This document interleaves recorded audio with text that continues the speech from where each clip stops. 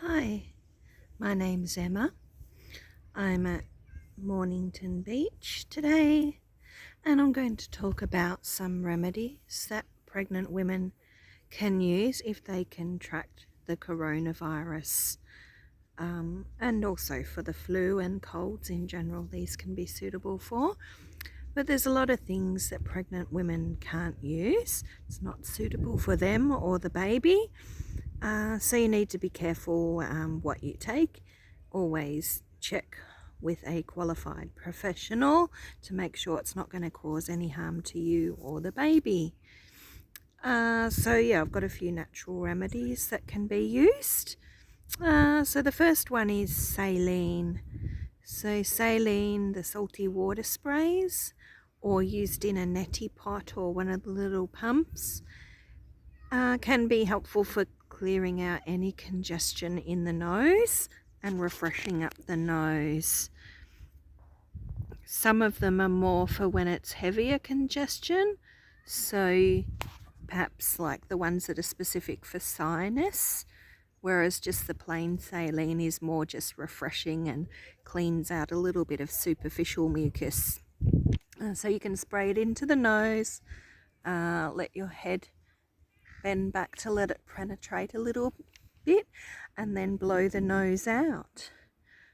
So you can buy ones that have an addition of carrageenan, which is like a sea sort of vegetable, and that provides a coating on the nose that can be used at the very start of the cold or flu to prevent it from developing, so to prevent any bacteria or viruses from attaching to the nose. Non-toxic during pregnancy as well.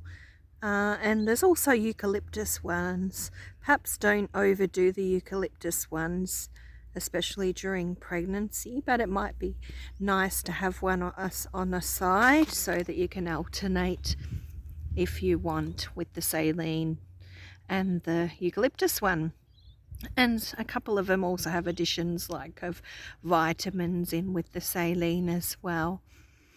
There's also nose oils. They're usually made with sesame oil. Some of them have like additions of the vitamins as well, like vitamin E to help nourish and soothe an irritated nasal cavity, like especially if you've been blowing too much or it feels a bit dry. And again, of course, if you are allergic to sesame seeds, then obviously don't use it.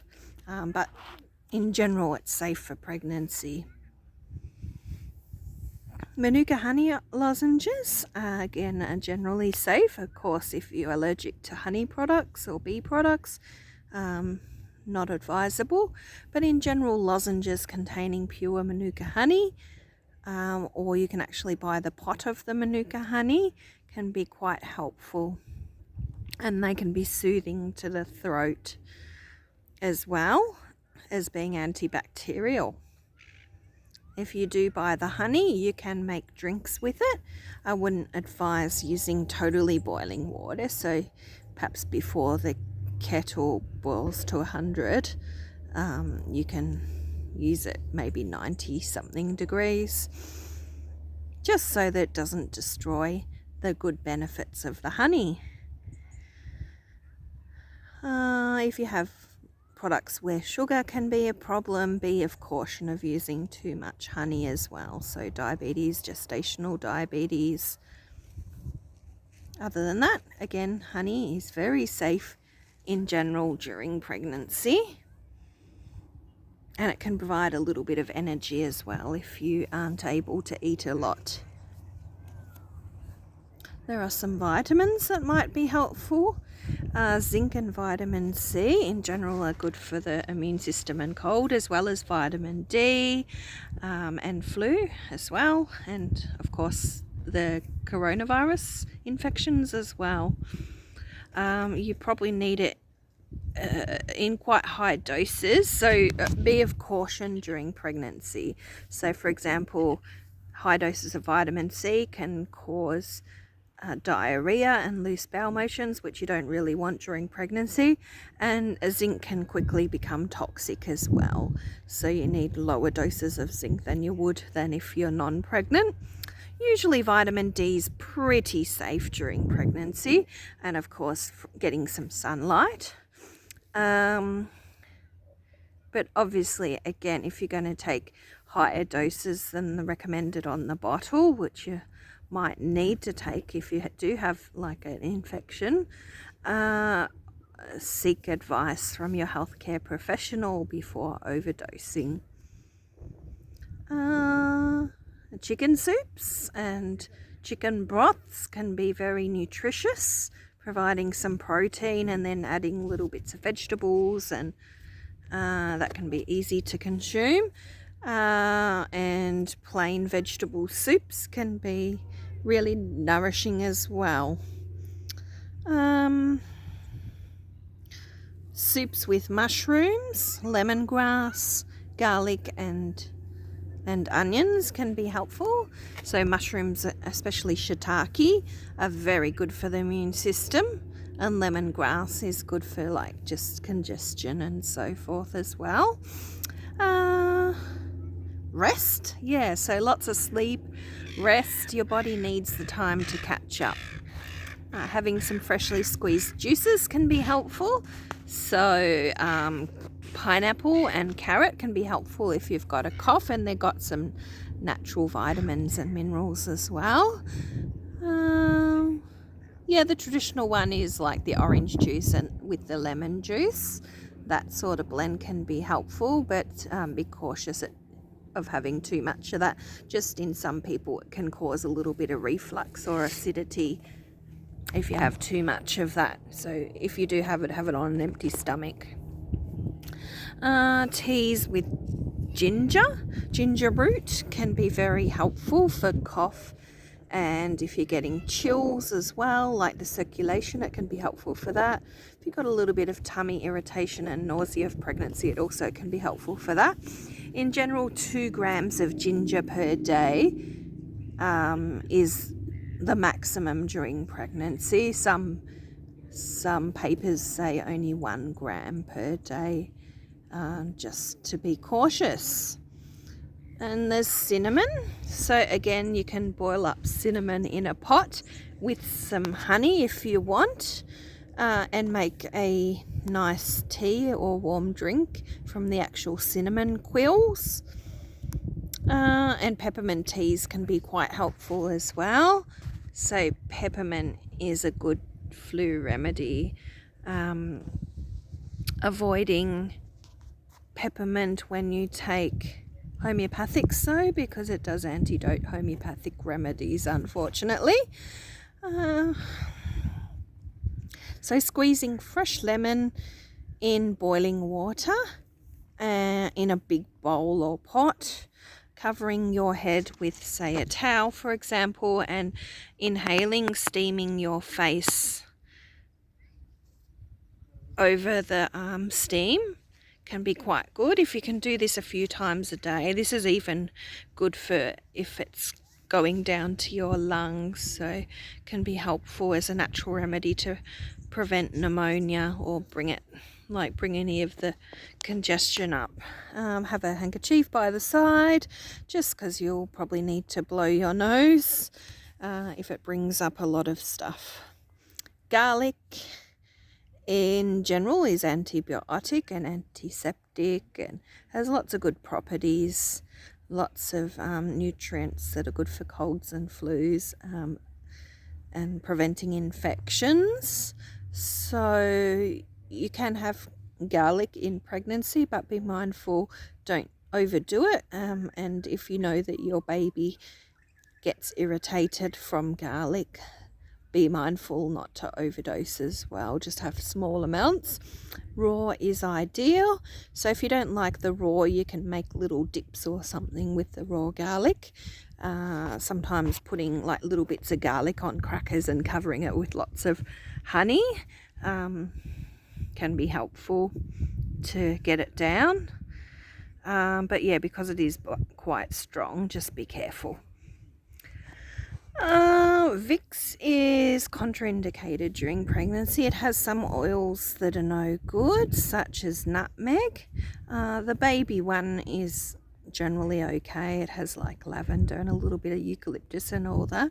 But the standard adult one has some ingredients that you'd probably want to avoid during pregnancy.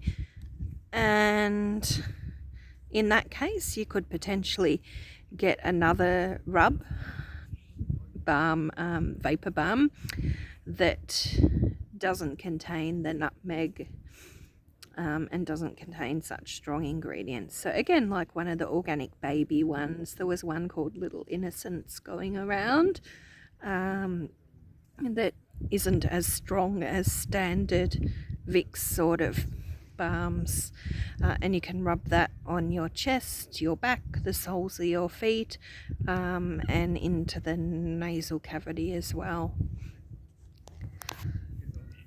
And that can help relieve a little bit of congestion and calm down a cough as well. Elderberry syrup in general is suitable during pregnancy. Again, just make sure you don't overdose it. But fresh elderberries have been good to relieve symptoms of cold and flu, and there's even a lot of clinical trials regarding that. Please make sure you don't get chilled, so not going out in the cold winds, because that can aggravate your condition. There are lots of tissue salts that might be helpful, and homeopathics. So homeopathy has been used for this coronavirus epidemic as well as every other one in history, and other epidemics like the Great Flu epidemic and all the other infections we've used homeopathy for. Obviously you need to get a qualified professional to find out which remedy is the best one for you. But it can be really, really helpful for, like, if you're getting those bad aches and pains, such as in the lungs and or muscles and joints, which a lot of other natural therapies don't particularly help, and can get quick relief as well. And it also may help prevent complications. So I've given you quite a few suggestions to use during pregnancy for COVID infections and colds and flu. But obviously, because during pregnancy your immune system is naturally lowered, you might like to check and see how your immune health is, and do preventative things before you get yourself sick, because it might help prevent you getting any infections in the first place. But it might also mean that the infections or colds and flus and coronaviruses that you do get, you don't get as bad symptoms and as many complications, because your body's got enough nutrients. So eating well, obviously, in general, avoiding sugar, because sugar is really immunosuppressive, and throughout this winter having lots of soups in general, lots of fresh fruit, lots of veggies, including some good quality protein as well, because if you're low in protein, that can affect your immune system as well. And getting sunlight on the days that we have sunlight today, and pulling up your sleeve so that it gets actually on your skin.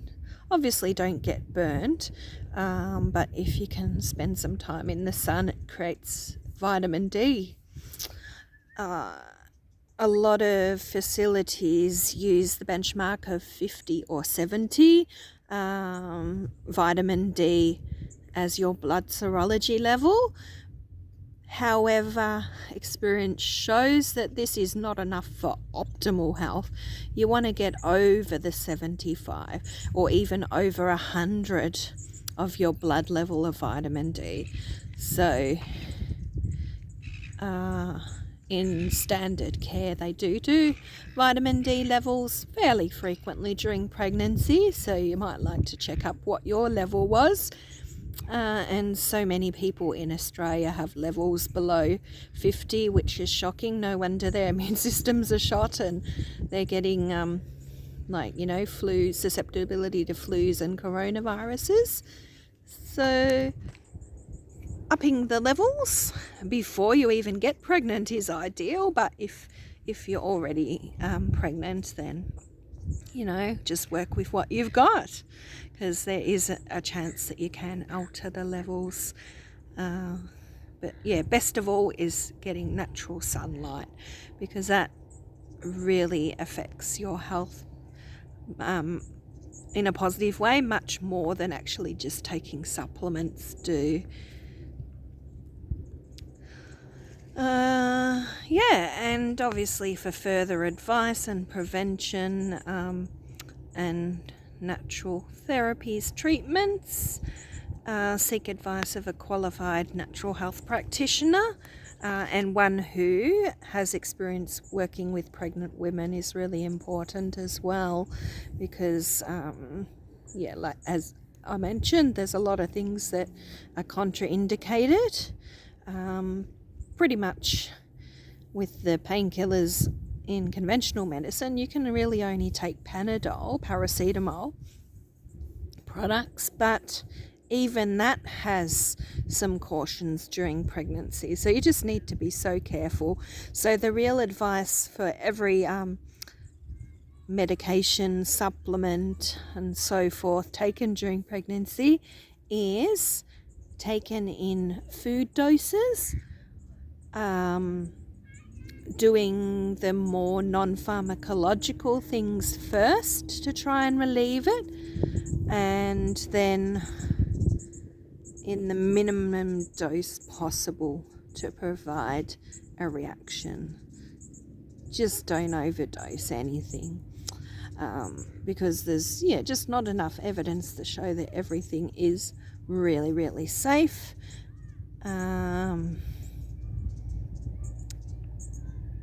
Just take care of yourself and get lots of rest.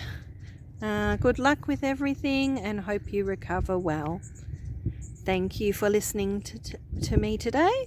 If you need to seek any consultation with myself, I am in Mount Eliza, Mornington Peninsula areas, but I can also do a Zoom session if that's necessary.